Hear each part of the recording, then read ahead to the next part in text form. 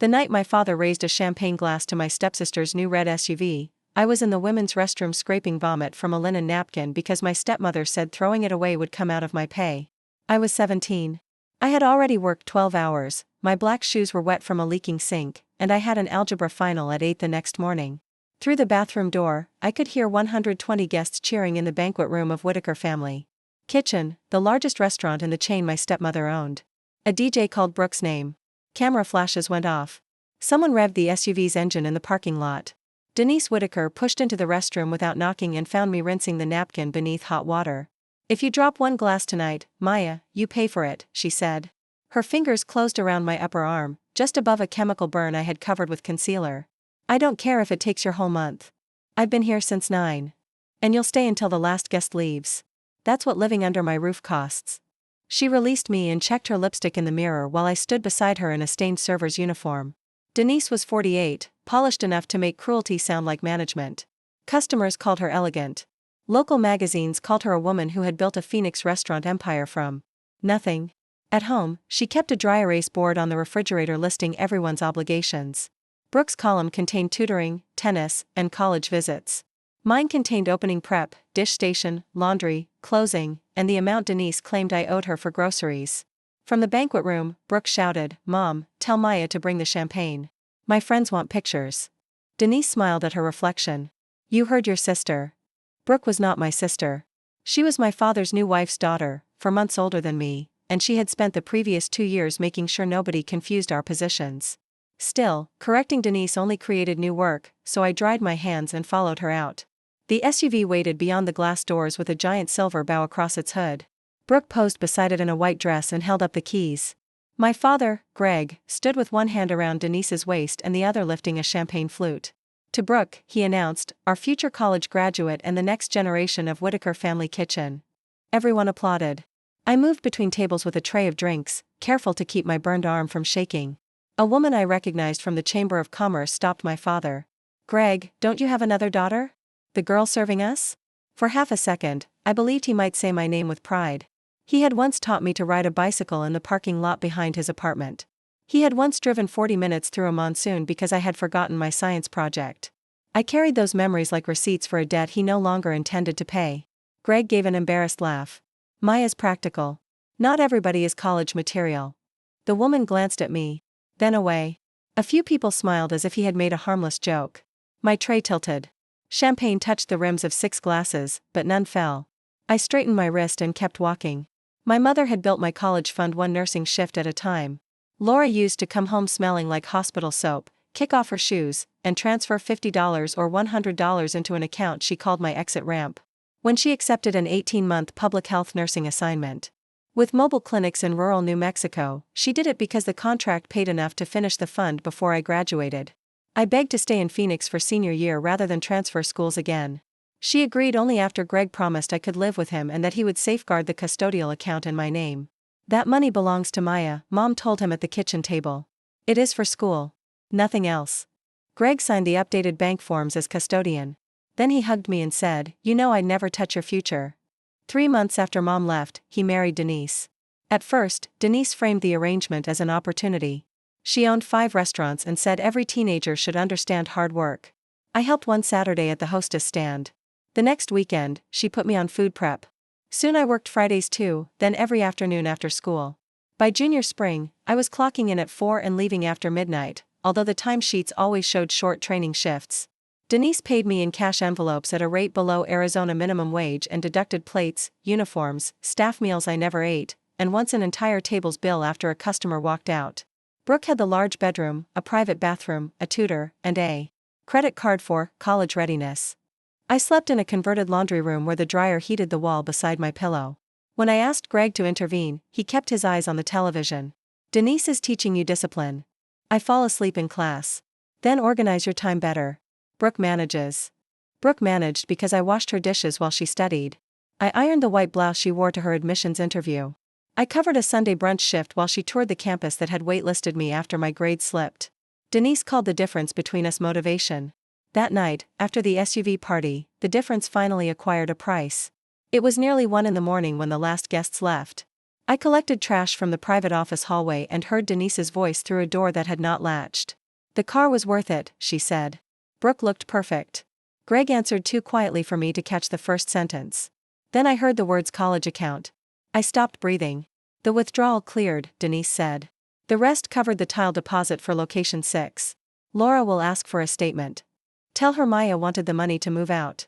Or tell her the market dropped. You always find an excuse when you need one. It was almost $68,000. And now it's invested in the family. Greg was silent. I pressed my palm against the wall to keep my balance. Denise continued, Maya doesn't need college. She follows instructions, she works cheap, and once she marries, none of this will matter. I waited for my father to object. The silence became so long that hope hurt worse than certainty. Then Greg said, all right. They left through the door on the far side of the office and never saw me crouched beside a stack of booster seats. I should have run. I should have called Mom immediately. Instead, I entered the office because the trash bags I had been sent to find were stacked beside a gray filing cabinet. A folder in the top drawer carried my full name, Maya Elise Whitaker. Inside were bank statements from the custodial account, an authorization bearing Greg's signature, and 2 transfers. One paid $41,800 to a dealership. The other sent $24,600 to the contractor renovating the new restaurant. Beneath them were wage receipts with signatures that looked like mine if someone had practiced badly, plus schedules showing that nights I had worked until 12:30 had ended at 8. My first instinct was to take everything. Then I remembered Denise counted paper clips. I photographed every page. I recorded a slow video moving from the folder label to each statement so nobody could claim the images came from somewhere else. I emailed the files to an account Denise did not know existed, cleared the sent folder from my phone, and returned every sheet in the same order. Before closing the drawer, I noticed a yellow sticky note on the withdrawal form. Have G sign before Laura's next call. The handwriting was Denise's. The signature was Greg's. I did not cry in the office. Crying would have made noise, and I had just learned the most useful fact of my life. They believed exhaustion had made me stupid. I returned to the kitchen and finished mopping. Denise inspected the floor, found a smear beneath a prep table, and ordered me to do it again. I apologized. I lowered my eyes. I made myself look exactly like the obedient girl she expected. At 2:14 in the morning, I lay awake beside the dryer and opened the photographs under my blanket. The account had been created under Arizona's custodial transfer law.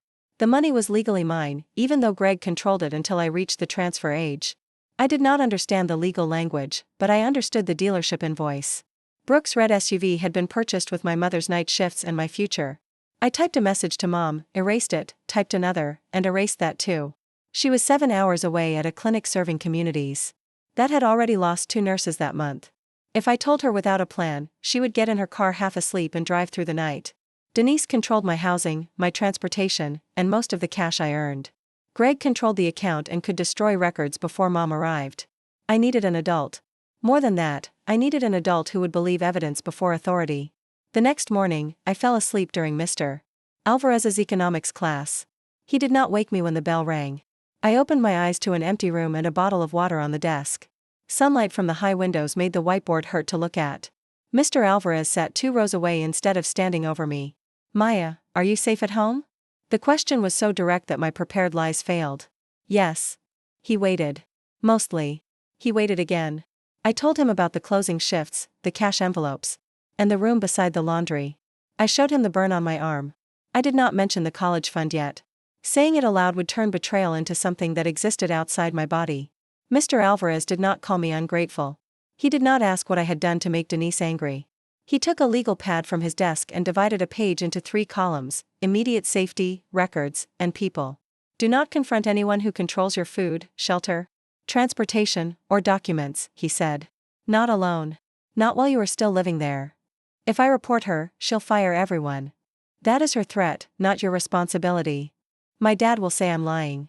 Then we preserve what can be verified. We created a new cloud folder from a school computer. I forwarded the photographs and wrote down the date, time, location, and exactly how I found them. Mr. Alvarez sealed a printed copy in the small safe where he kept exam materials. He gave me the number for a youth legal clinic and asked permission to involve the school counselor. I said no to the counselor. I could manage 1 new adult at a time. As I stood to leave, he said, "You do not have to solve your entire life today. Do the next verifiable thing." That became the rule that carried me through the next 4 months. I bought a pocket notebook with a blue cover and wrote my real start and end times in it. I photographed the schedule every day before Denise changed it. I saved texts ordering me to clean the meat slicer, carry industrial degreaser without gloves, and stay after midnight on school nights. I took pictures of expired fire extinguishers, boxes blocking an exit, raw chicken sitting above washed produce, and a walk-in cooler whose temperature Denise ordered staff to falsify. Evidence gathering did not make me fearless. It made fear organized. The restaurant had cameras, so I learned which hallway corners they missed. Denise sometimes grabbed my phone and scrolled through it, so I kept ordinary homework open and used a calculator app with a locked file vault. Greg asked why I suddenly wrote everything down. I told him Mr. Alvarez required a senior time management log. Greg praised the assignment and said maybe school was finally making me responsible. The cruelty of that almost made me laugh. Carlos, the dishwasher, noticed first. He was 31, quiet, and sent most of his pay to his mother and son in Tucson. One night he watched me photograph the posted schedule. "You with labor?" he asked. "I'm with me." He studied my face, then showed me 3 pay stubs. Each listed 40 hours. His own calendar showed 58, 61, and 55. "She says salary," he whispered. "You wash dishes. You aren't salaried." I know. It was the first time another person placed evidence beside mine. Elena came next. She was a server raising 3 children and had worked for Denise for 6 years. At first, she refused to talk. "You are the owner's stepdaughter," she said while rolling silverware. "If this is a test, I lose rent." I showed her a photograph of my forged wage receipt. Her suspicion changed shape. "That signature isn't yours?" "No." She opened her phone and found messages in which Denise threatened to cut shifts if anyone asked about overtime. "I kept them because I thought one day I might be brave," she said. "You don't have to be brave first. Just keep them somewhere safe." By February, our cloud folder contained 211 files. Mr. Alvarez stored a second copy on an encrypted drive. The youth clinic assigned me an advocate named Nora Bell, who explained the difference between the violations I imagined and the ones the records could prove. Arizona did not prohibit every late shift for someone my age, but federal rules prohibited some of the hazardous equipment Denise made me use. Wage theft, false time records, illegal deductions, and retaliation were separate issues. The county health department would care about the food and blocked exits. The bank and a civil attorney would care about the custodial account. A dramatic story is not weaker because the law divides it into boring categories, Nora told me. Boring categories are how consequences become real. She also made me build an exit plan before filing anything. I collected my birth certificate from Greg's desk, refilled my inhaler, opened a checking account at a credit union, and left copies of my identification with Mr. Alvarez. I stopped hiding all my cash in one place. Some went inside an old geometry book, some into the bank, and $200 stayed taped beneath a drawer at school. Mrs. Patel, who owned a stationery store 2 blocks from the restaurant, became the final piece of the plan. She had watched me serve tables through a fever and once slipped me soup in a paper cup. When Nora asked if she knew a safe room for rent, Mrs. Patel offered the studio above her shop. "It is small," she warned. "1 window, 1 hot plate, terrible water pressure." I nearly cried when I saw the deadbolt. A lock I would control felt luxurious. I paid the deposit with tips Denise had failed to confiscate. At home, Brooke remained the loudest proof that privilege can look ordinary to the person receiving it. She left empty milkshake cups on my bed, ordered food after the kitchen closed, and filmed me mopping while her friends laughed. When her college acceptance letter arrived, Denise framed it and hung it on the refrigerator. She taped my report card beneath it with a red circle around the B- in calculus.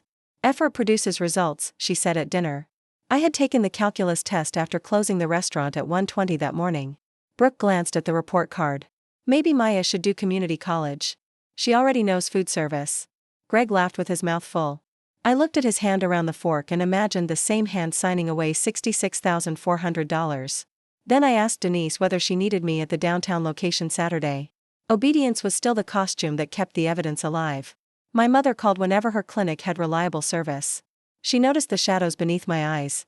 I angled the phone away from the laundry room wall and said senior year was intense. "Your father says you're helping at the restaurants because you enjoy it," she said. "He says a lot of things." Mom grew quiet. "Is there something you need to tell me?" Denise's footsteps stopped outside my door. "No," I said. "I'm okay." After the call, Denise entered without knocking. "Your mother worries because you perform sadness for attention." I didn't tell her anything. "Good. She is doing important work. It would be selfish to drag her back because you dislike chores." That sentence trapped me for another month. Denise knew exactly which part of my conscience to press. I told myself I was protecting Mom's patience. Nora told me that adults who loved me deserved the chance to choose their response, but she did not force me to call. The decision came when I found Greg at the kitchen table opening a bank envelope addressed to me. "That's mine," I said. He folded the paper before I could see it. "It's tax information. I'll handle it." "From my college account?" His face changed for less than a second. "There is no your account. There is family money." Denise appeared behind him. "Are you questioning your father now?" I could have placed the photographs on the table.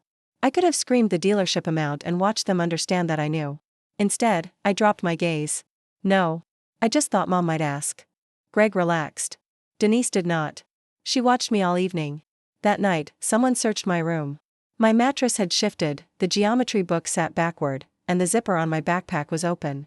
The cash beneath the drawer remained because I had already moved it, but the message was clear. Denise did not know what I had. She knew only that I might have something. I locked myself in the bathroom at school the next morning and called Nora. "I'm ready to file," I said.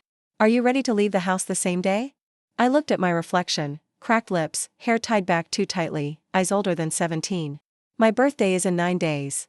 Then we use the 9 days." The new restaurant's grand opening was scheduled for my 18th birthday. Denise called it a lucky sign. She planned to introduce Brooke as the brand's youth ambassador in front of suppliers, investors, local influencers, and every relative who had ever mistaken Denise's charm for kindness. Nora saw something else, a predictable date when records, owners, managers, and witnesses would be in one location. We filed the wage complaint 6 days before the opening. Elena and Carlos submitted their own statements separately so Denise could not dismiss the case as a family dispute. I sent the food safety evidence to the county, including photographs of the new location's blocked rear exit and the same falsified temperature logs used at 2 other branches. Nora contacted an attorney about the custodial account. Mr. Alvarez provided a declaration describing my exhaustion at school and the dates I had reported the work conditions. The investigators did not promise a movie scene rescue. They said they would assess the documents, preserve records, and decide whether an unannounced site visit was warranted. Nora made me prepare for the possibility that nobody would arrive on opening night. "Your exit cannot depend on a dramatic door opening," she said. So it did not. The night before I turned 18, I packed 2 outfits, my medication, school notebooks, the blue evidence log, and a photograph of Mom holding me on my first day of kindergarten. Everything fit inside one carry-on suitcase. I left it behind winter coats in the hall closet because Mrs. Patel would pick it up while we were at the restaurant. At 11:48, I finally emailed Mom the bank statements, photographs of my arm, and a 2-page explanation. I scheduled the message to send at 6 the next morning, when I would already be at school. Then I lay beside the dryer for the last time and listened to it turn. At midnight, my phone lit up with an automated birthday message from a shoe store. No one else in the house remembered. I smiled anyway.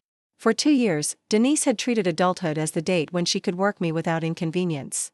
She had no idea I had spent those same years learning how to leave. At breakfast, Greg stared at his phone while Denise reviewed the grand opening guest list. Brooke carried 3 shoe boxes into the kitchen and complained that the photographer had asked her to avoid large logos. I waited until Greg looked up. "Today is my birthday." His surprise was genuine, which somehow made it worse. "Right. 18. Happy birthday, kiddo." He reached across the table as if a pat on my shoulder could replace memory. I stepped back to open the refrigerator. Denise did not apologize. "Good. Now there can be no misunderstanding about your schedule. Be at location 6x2. Wear the black uniform. We are presenting Brooke at 7, and I want you in every family photograph where staff are visible." Brooke laughed. "The white shirt makes her look like she works at a cheap diner." My phone vibrated with a message from Mom. "Happy 18th, my brave girl. I love you more than every mile between us." Beneath it was a transfer for $40 with a note telling me to buy a cake. The email with my evidence had gone out 20 minutes earlier. There was no reply yet. I took my phone into the bathroom, locked the door, and cried for exactly 2 minutes. Not because they had forgotten. I cried because Mom had remembered from a desert clinic hundreds of miles away while my father had needed a reminder from the daughter standing in his kitchen. Then I washed my face and whispered to my reflection, "Freedom is the present." At school, Mr. Alvarez handed me a plain paper bag. Inside was a cupcake with blue frosting and a card signed by him, Nora, Elena, Carlos, and Mrs. Patel. The messages were short because nobody wanted a document Denise could find, but I read each one twice. Nora met us during lunch. "Your complaint has been assigned," she said. The federal wage investigator and the county health officer reviewed the evidence this morning. They will not tell us the exact time of any visit. Do not announce them, provoke a confrontation, or block access to records. And if they don't come tonight? You clock out, leave, and sleep behind your own deadbolt. The cases continue tomorrow. At 12:36, Mom called. I stepped into an empty stairwell. Maya. Her voice broke on my name. Tell me where you are. School. I'm safe. I saw the statements. I saw your arm. For months, I had imagined telling her. In every version, she asked why I had lied, and I had a perfect answer. The real call contained only our breathing. I'm sorry, I said. No. You do not apologize to me for surviving what adults did. Are you leaving the clinic? My supervisor has coverage. I'm on my way to Albuquerque now. It's a 7-hour drive after that. Then I'll drive 7 hours. I wanted her. I also wanted the confrontation to belong to the person who had endured the harm, not to a mother arriving with enough anger to burn the building down. Meet me at Mrs. Patel's, I said. Please don't go to the restaurant unless Nora calls you. I have people with me.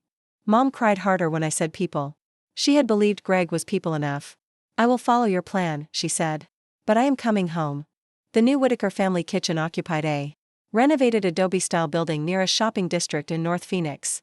Copper pendant lights hung over pale wood tables. Cactus green tile covered the bar. A brass sign with Denise's name gleamed beside the entrance. I knew exactly how much of that tile my account had purchased. At 2, Denise put a tray in my hands and inspected my face. You look tired. I worked late. Do not punish Brooke for being able to handle opportunity. For the next 5 hours, I served appetizers beneath lights bought with my money. Suppliers congratulated Greg. Influencers filmed the kitchen. A city council aide posed beside Denise. Brooke floated through the room in a fitted red dress, introducing herself as the creative force behind the expansion even though her only contribution had been choosing the font for the cocktail menu. At 5:18, I saw Mrs. Patel through the front windows. She did not enter. She walked past carrying a stationery store tote, the agreed signal that my suitcase was safely upstairs. At 6:10, Carlos arrived for his scheduled dish shift. He nodded once. Elena tied on her apron and whispered that she had sent her children to their grandmother's house. Neither of them knew whether investigators were coming. They had still shown up. At 6:45, Denise pulled me into the office. Greg stood beside the desk with my blue notebook in his hand. The room seemed to contract. Looking for this? Denise asked. I stared at the cover. It was not the original evidence log. Nora had made me create a decoy 3 days earlier, filled with ordinary homework deadlines and fake complaints about Brooke's music. But Denise did not know that. You searched my school bag. We searched our property, she said. You live in our house. You work in our restaurants. You do not get private schemes. Greg opened the notebook. What is this line about documents? The decoy entry read, Ask Mr. Alvarez for scholarship documents. My financial aid application. Denise watched my eyes. Did you take anything from the downtown office? Trash bags. She stepped closer. If you embarrass this family tonight, you will leave with nothing. No car. No room. No college help. For the first time, the threat sounded almost funny. She was trying to take away things she had already stolen. I made my voice small. I understand. Greg exhaled. He wanted to believe the tension had passed because believing was easier than parenting. Denise handed me the notebook, then caught my wrist before I reached the door. Smiled during the announcement. The program began at 7. Denise stood on a small platform in front of a wall of greenery and the gold restaurant logo. Greg joined her. Brooke waited beside them while guests gathered with wine glasses and phones. Whitaker Family Kitchen has always been about more than food, Denise said into the microphone. It is about legacy, discipline, and young people who understand that family is not a burden. Family is an investment. The word struck me so hard I nearly laughed. She called Brooke the face of the company's future. Applause filled the room. Then Denise glanced toward me. Some young people arrive with gratitude. Others bring complaints. We believe every person should contribute where they are most useful. Greg took the microphone. Maya has certainly proven useful on the floor. We are happy she'll continue serving our guests while Brooke develops the brand. There were fewer laughs than at the SUV party, but there were enough. I set my tray on the nearest table. The small sound of metal touching would cut through the applause. Greg frowned. Denise's smile stayed in place, but the muscles beside her mouth tightened. Pick that up, she said away from the microphone. No, the room quieted by degrees. What did you say? I looked at the digital time display above the bar. My last shift ended 5 minutes ago. Denise stepped down from the platform. You do not have a last shift. You have a debt to this family. No. You have a debt to me. Greg moved between us, performing concern for the audience. Maya, this is not the place. You made it the place when you announced my future from a microphone. I opened my bag and removed a slim folder. It contained copies, not originals, real schedules, wage receipts, and the custodial account withdrawal. Nora had instructed me to reveal nothing that investigators did not already possess. Denise's face changed when she saw the dealership invoice. Where did you get that? The front doors opened before I answered. Renee Holloway from the U.S. Department of Labor entered with another investigator. A Maricopa County environmental health officer followed them, accompanied by a fire inspector responding to the blocked exit documentation. Nora and Mr. Alvarez came in last. They did not storm the room. They showed credentials to the host, asked for the owner and manager, and requested access to employment and food safety records. The calmness frightened Denise more than shouting would have. This is a private event, she said. Renee looked at the full dining room and then at the open reservation tablet. We have authority to inspect covered employment records. We also have signed complaints and a preservation request. Is there a private place where we can speak? Denise pointed at me. This is retaliation by a disturbed teenager. Elena stepped away from the service station. I signed my complaint myself. Carlos appeared at the kitchen door, drying his hands. So did I. Renee turned to them. Please do not discuss the substance together. We will interview each person separately. That sentence mattered. She treated us as witnesses, not props in my family. Drama. The health officer asked the kitchen manager to show temperature logs and storage areas. The fire inspector headed toward the rear exit. Denise tried to follow all of them at once. For years she had controlled every room by making people wait for her permission. Now officials moved through the restaurant according to rules she had not written. Greg stared at me as if I had brought strangers into a church. What have you done? He asked. I kept records. You could destroy everything Denise built. You used my money to build part of it. He lowered his voice. You will retract this now. You are my daughter. I placed the withdrawal authorization on the table between us. His signature sat beneath the amount in blue ink. I was your daughter when I came home after midnight. I was your daughter when my grades fell. I was your daughter when you signed this. Denise handled the accounts. That is your signature. She said we would pay it back. The admission traveled farther than he intended. Phones were still recording after the presentation. The Chamber of Commerce woman from Brooks' party stood near the bar. A supplier slowly lowered his wine glass. Denise lunged for the paper. Nora stepped between us without touching her. That copy belongs to my client, she said. Your client? Denise repeated.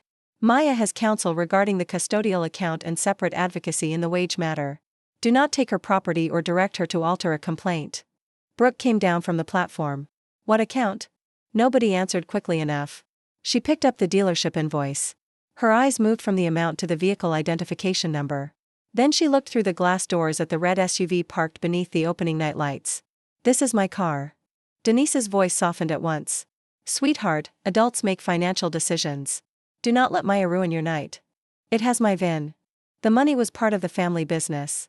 I handed Brooke the account statement with my name at the top. She read it twice. You used her college fund? Greg sat down. Denise reached for Brooke's elbow. Everything I did was for you. The first reversal came from the person I trusted least. Brooke removed the SUV key fob from her purse and placed it on the table. Take it back. Denise stared at the key as if it were an insult. Do not be dramatic.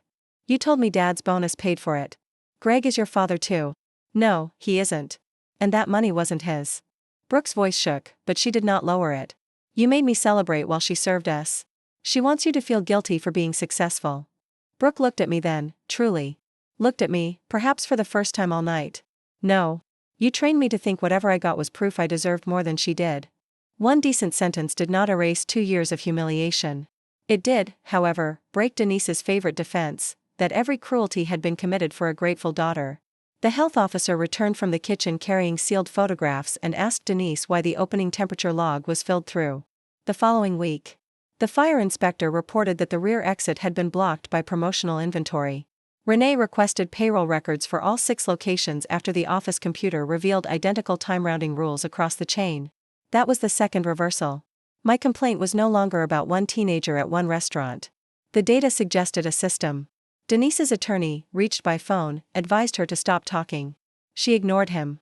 Elena changed those logs. Carlos steals food. Maya has been unstable for months. Elena's face went pale, but she did not retreat. The office cameras will show who changes the time entries. At that, Brooke froze. The cameras, she said. Denise turned on her. Be quiet. Brooke pulled out her phone.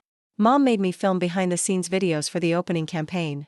Last week I left the camera running in the office while she and the manager talked about cleaning up payroll before inspection. Denise moved so fast her chair fell backward. Delete that. Renee raised a hand. Do not touch the phone. Brooke backed away and looked at Nora. Can I send it to someone? The investigator will explain how to preserve it, Nora said. The third reversal was not that Brooke suddenly became good. It was that Denise's need to turn every moment into content had created an independent recording of her own instructions. Guests stopped pretending not to listen. The council aide left through a side door. A restaurant investor asked Greg whether he had authorized the withdrawals. Greg told him it was a misunderstanding.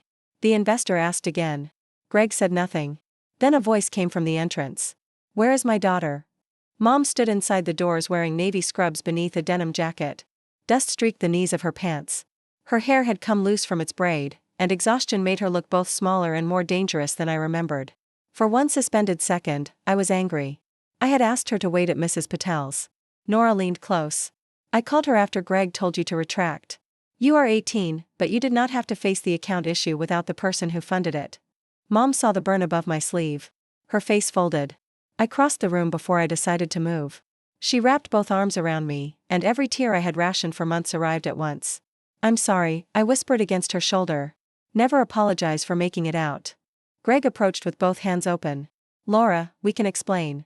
Mom turned while keeping one arm around me. Every month you told me her money was safe. Every month you said she was studying and happy. Denise said the restaurants would repay the account after the expansion. You signed as custodian. You did not invest family money. You spent your daughter's property on another child's car. I was trying to keep the family together. Mom looked around the restaurant, Brooke beside the returned keys, Denise arguing with an investigator, employees waiting to be interviewed, me in a server's uniform on my 18th birthday. Which family? She asked. Greg had no answer. The officials did not close all 6 restaurants that night, and nobody left in handcuffs. Reality was slower and less satisfying than the version strangers later invented online. The county issued an immediate suspension for Location 6 because of the blocked exit and food storage conditions. Employment records were preserved. Denise received notices explaining the investigation and anti-retaliation rules. Workers gave contact information for private interviews. The bank was notified of a disputed custodial withdrawal the next morning. But the grand opening ended. The DJ packed his equipment in silence. The caterer removed untouched desserts. Influencers deleted cheerful captions while keeping the footage. Guests left through doors above which the brass Whitaker sign still shone, bright and meaningless. Denise tried one final command as I walked out with Mom and Nora. If you leave, Maya, you never come back. I stopped beneath the sign and turned around. That is the first promise you've made me that I trust. Mrs. Patel had placed the cupcake from school on the studio's tiny counter. By the time we arrived, the blue frosting had melted to one side. Mom found 2 birthday candles in a kitchen drawer even though the package had been there so long. The wax had faded. Mr. Alvarez, Nora, Elena, and Carlos crowded into the room with us. There were not enough chairs. Carlos sat on the floor. Elena used an upside-down storage bin. Mrs. Patel passed around paper cups of sparkling cider from her store. At 11:53, they sang Happy Birthday quietly because a tenant slept downstairs. I closed my eyes before blowing out the candles. For most of my childhood, birthday wishes had been fantasies, a better phone, my parents getting back together, a college acceptance letter. That night, I had a key in my pocket, my mother beside me, and copies of The Truth in 4 separate places. I did not make a wish. I had made a plan, and for the first time, it had carried me home. The next morning proved that escape and safety are not the same thing. I woke at 5 to someone pounding on the downstairs shop door. Mrs. Patel called the studio from behind her locked bedroom door. A man was shouting my name. Mom moved toward the stairs, but Nora had made us promise to call before opening anything. It was Greg. He stood on the sidewalk in yesterday's suit, without his car or the confidence that usually arrived before him. A police officer from the non-emergency line spoke to him while Mom and I watched through the upstairs window. Greg kept pointing at the building and saying his daughter had been manipulated. The officer explained that I was 18, had confirmed by phone that I was there voluntarily, and had asked not to see him. Greg finally left an envelope on the sidewalk. Inside was not an apology.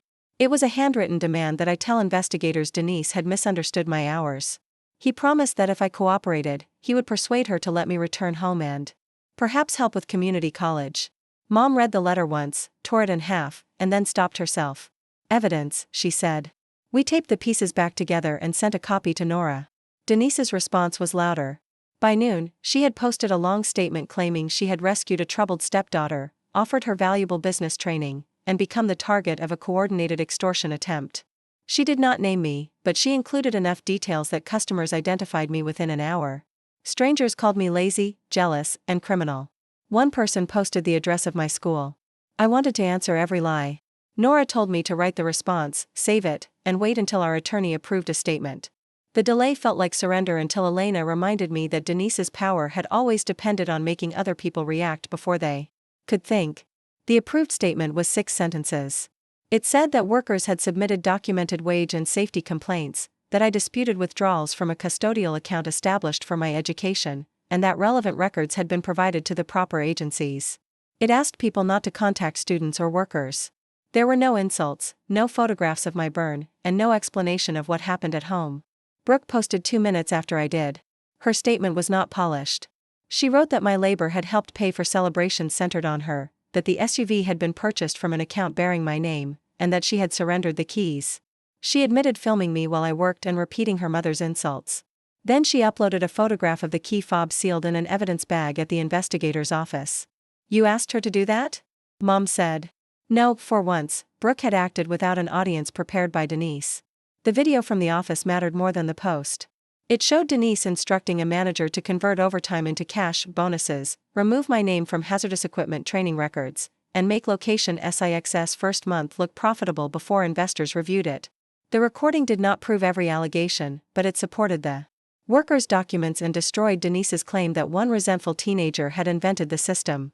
Within 3 weeks, investigators interviewed employees from all 6 restaurants. Some refused to participate. Others arrived with years of messages and calendars. A former assistant manager produced backup payroll exports Denise believed had been deleted.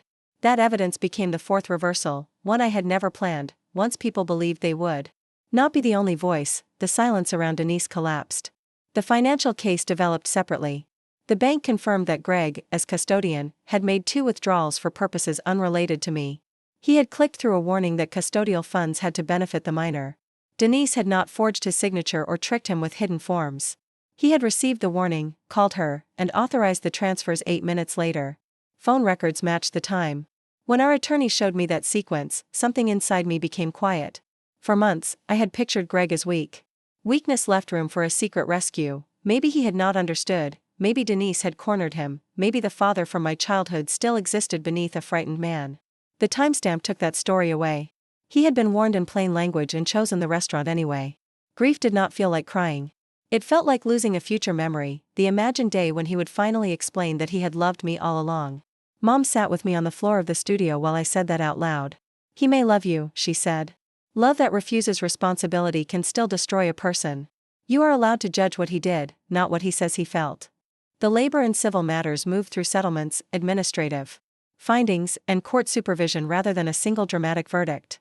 The wage investigation found false records, unlawful deductions, unpaid overtime, and improper hazardous work by minors at more than one location.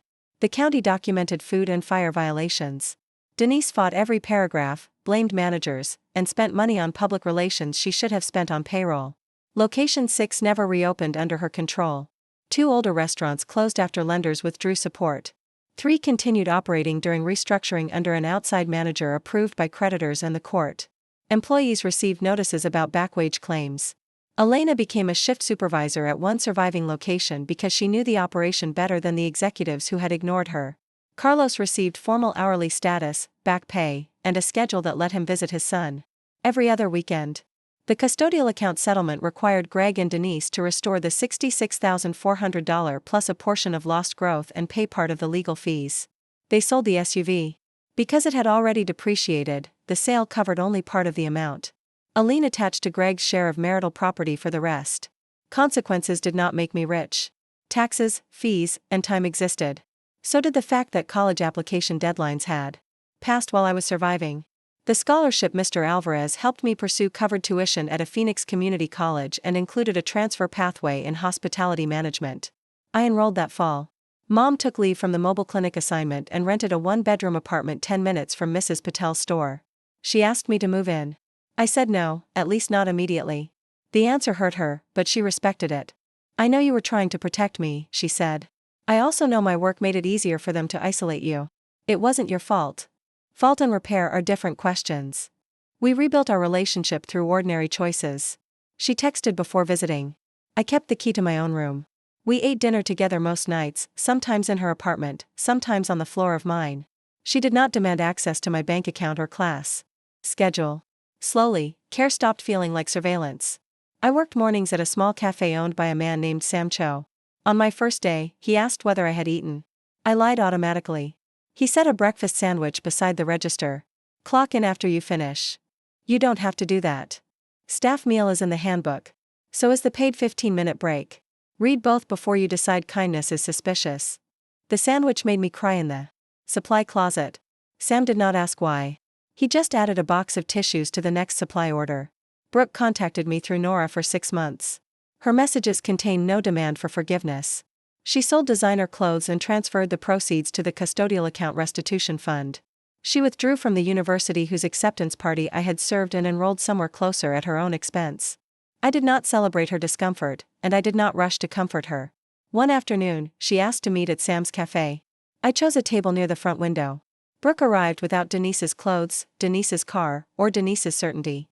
She placed a small cardboard box between us. Inside was the silver bow from the SUV, folded badly. Why would I want this? I asked. You probably don't. She kept both hands around her coffee. I kept it because that was the night I should have understood. You were serving us with a burn on your arm. I saw it. I decided not to ask because asking might have ruined the party. The honesty was sharper than an excuse. You made videos of me cleaning bathrooms. I know. You told people I was too stupid for college. I know. Returning keys does not erase that. I know. Her eyes filled, but she did not use tears as a request. I'm not asking you to forgive me today. I wanted to say the part that makes me look worst without blaming my mom.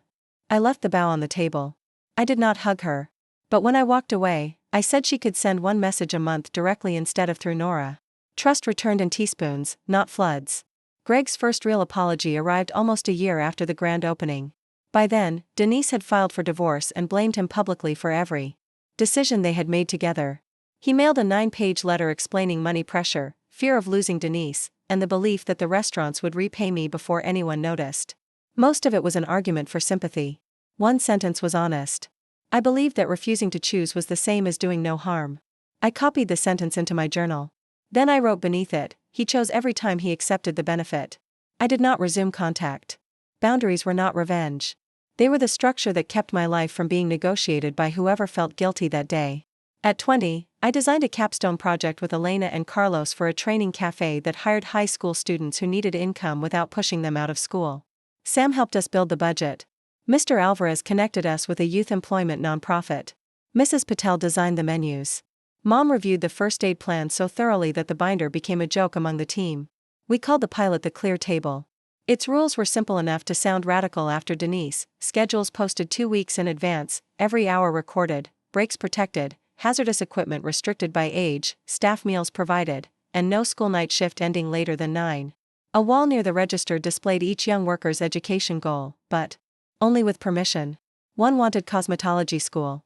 Another wanted an auto mechanics certificate. A 16-year-old named Jada wrote aerospace engineering in purple marker and dared anyone to laugh. Some investors praised the mission and doubted the business. They asked whether humane schedules could produce profit. We answered with records. Turnover fell. Training costs dropped. Mistakes decreased. Customers returned because the staff knew the menu and did not look terrified. Evidence had once been my shield. Now it became our business model. On opening day, Brooke arrived carrying flowers and asked Sam where to put them. She volunteered in the dish room, followed Carlos's instructions, and posted nothing online. Mom sat with Mr. Alvarez near the window. Elena's children occupied a corner booth and ordered too many pancakes. Mrs. Patel placed the blue pocket notebook in a frame behind the register after asking my permission. I almost said no. The notebook contained the worst months of my life. Then I remembered what Nora had taught me: a record is not the harm. A record is how harm loses the right to rewrite itself. We opened at 7. At 7:03, Jada hurried through the door, breathless and afraid. Her bus had been late. She began apologizing before she reached the counter. "I can stay an extra hour," she said. "You can take it out of my break." I heard my own 17-year-old voice inside hers. "Your break is not a debt," I said. "Put your backpack away, eat something, and clock in when you're ready." She looked at me as if I had spoken a language she wanted to learn. That afternoon, Mom handed me a small cake. The frosting was blue, the same color as the cupcake from my 18th birthday. Everyone sang while sunlight crossed the cafe floor. After they left, I locked the front door and looked at my hands. Faint scars from degreaser and hot plates still marked the skin. For years, I had hidden them in photographs. Now they reminded me of a girl who had survived without accepting Denise's definition of strength. The best revenge was not the empty building where location 6 had failed. It was this room: Carlos checking accurate time cards, Elena posting next week's schedule, Brooke washing dishes without demanding credit, and Jada doing physics homework at a table no one would order her to clear. Near the register, beneath a list of scholarships, I hung one sentence in a plain black frame: "Every hour of your life counts." Denise had taught me that by stealing mine. Greg had taught me that silence could sign its name. My mother, my teachers, and the workers beside me taught me the part my father never understood: family is not the person who claims you when they need shelter from consequences.